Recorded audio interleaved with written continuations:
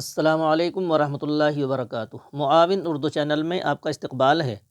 آج اردو ہندی سبق یعنی پاٹھ نمبر 2 پڑھیں گے۔ پاٹھ نمبر 1 میں اکشروں کے نام جانے تھے۔ آج اکشروں یعنی اردو حرفوں کو پہچانیں گے۔ ایک بار اور ہندی کے ساتھ پڑھتے ہیں، اس کے بعد خالص اردو میں پڑھیں گے۔ الف، بے، پے، تے، ٹے، سے، جیم، چے، ہا، کھا، دال، ڈال، زال، رے، اڑے، زے، بڑی زے، سین، چھوٹا سین، بڑا شین۔ یہ جو شو سے نکل رہے ہیں 3، اس کے اوپر 3 نقطے لگا دیں گے، یہ بھی بڑا شین بن جاتا ہے، اور ایسے کھینچ کر بنانے سے بڑا شین بنتا ہے۔ صاد، زاد، طا، ظا، عین، غین، فا، بڑا قاف، چھوٹا کاف، گاف، گاف، لام، میم، نون، واو، چھوٹی ہے، 2 چشمی ہے، حمزہ، حمزہ، چھوٹی یا، بڑی یا۔ آپ ان کو اسی طرح ان کے ناموں کو، حرفوں کو یاد کریں۔ جتنا بھی اچھا ان کے نام یاد ہو جائیں گے، اتنی ہی جلدی آگے پڑھنے میں مدد ملے گی۔ ان تمام حرفوں کے، اکشروں کے نام یاد ہونا بہت ضروری ہے۔ ان کو پہلے یاد کریں اور آگے بغیر ہندی کے ایک بار پڑھتے ہیں۔ یہ بات پہلے سمجھ لیں، پہلے بھی یہ بات بار بار بتلائی گئی اور یہ کام کی بات ہے۔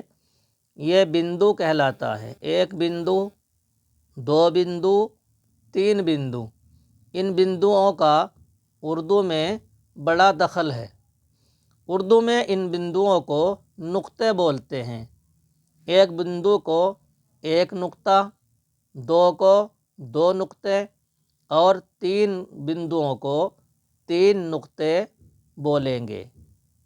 آپ دیکھ رہے ہیں اردو کے تمام اکشروں پر، حرفوں پر بندو لگائے گئے ہیں، یعنی نقطے لگائے گئے ہیں، اور نقطوں سے حرفوں کی پہچان ہوتی ہے۔ الف خالی ہے اور بے کے نیچے 1 نقطہ ہے، پے کے نیچے 3 نقطے ہیں۔ یہ پورے 5 حروف ایک ہی شکل میں بنائے گئے ہیں، لیکن ان کو نقطوں سے بدلا جائے گا۔ اس لیے نقطوں کا یاد ہونا، پہچان ہونا، جانکاری ہونا ضروری بات ہے اردو پڑھنے اور لکھنے کے لیے۔ اسی پر 2 نقطے اوپر لگے ہیں، اور یہی نقطے آگے نیچے لگ جائیں گے تو یہ یا بن جائے گا، اور یہ نقطے اوپر لگ جائیں گے، یہی حرف سے بن جائے گا، اور یہی نقطہ اوپر لگ جائے گا آگے پڑھنے لکھنے میں تو یہ نون بن جاتا ہے۔ تو نقطوں کا بڑا دخل ہے اردو کے پڑھنے لکھنے میں۔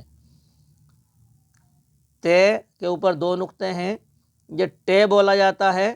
یہ توا ہے، توا ایک شبد ہے ایک، تو اس کے اوپر چھوٹی توا بنتی ہے تو یہ ٹے بولا جاتا ہے۔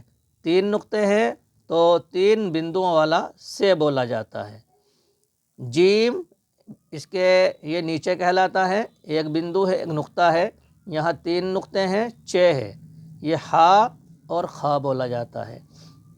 اس کو ہے اور کھے بھی بولتے ہیں، لیکن اس کا فرق آگے چل کر معلوم ہوگا۔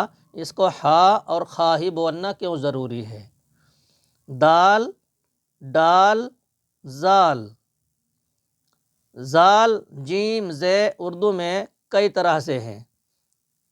پوسٹ آفس میں ایک صاحب نے اردو پڑھنا شروع کی تو ایک ہفتے میں وہ اردو جان گئے، اور انہوں نے بھی یہی بات رکھی کہ اردو میں زے بہت طریقے سے بنتا ہے، لیکن انہوں نے ہمت کی، ویڈیو سن کر ان سے اردو پڑھنا اور لکھنا بھی آ گیا۔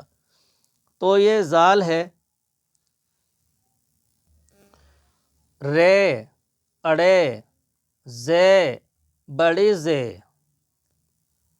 چھوٹا سین، بڑا شین، صاد، ضاد، طا، ضا، عین، غین، فا، بڑا قاف، چھوٹا کاف،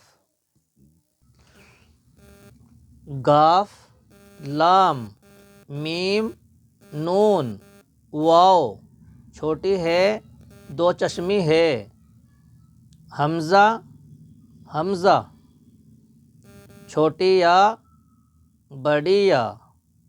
چینل کا نام ہے معاون اردو۔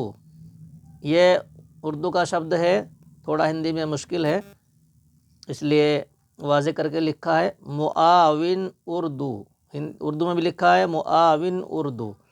جس چینل سے آپ فائدہ اٹھا رہے ہیں، آپ کو اردو پڑھنے کا موقع مل رہا ہے، یہ آپ کے چینل کا نام ہے، آپ کو یہ بھی یاد ہونا چاہیے۔ امید کرتا ہوں کہ آپ کی سمجھ میں یہ اردو پڑھنا، ہندی کے ذریعے سے اردو سمجھنا آسان ہوگا۔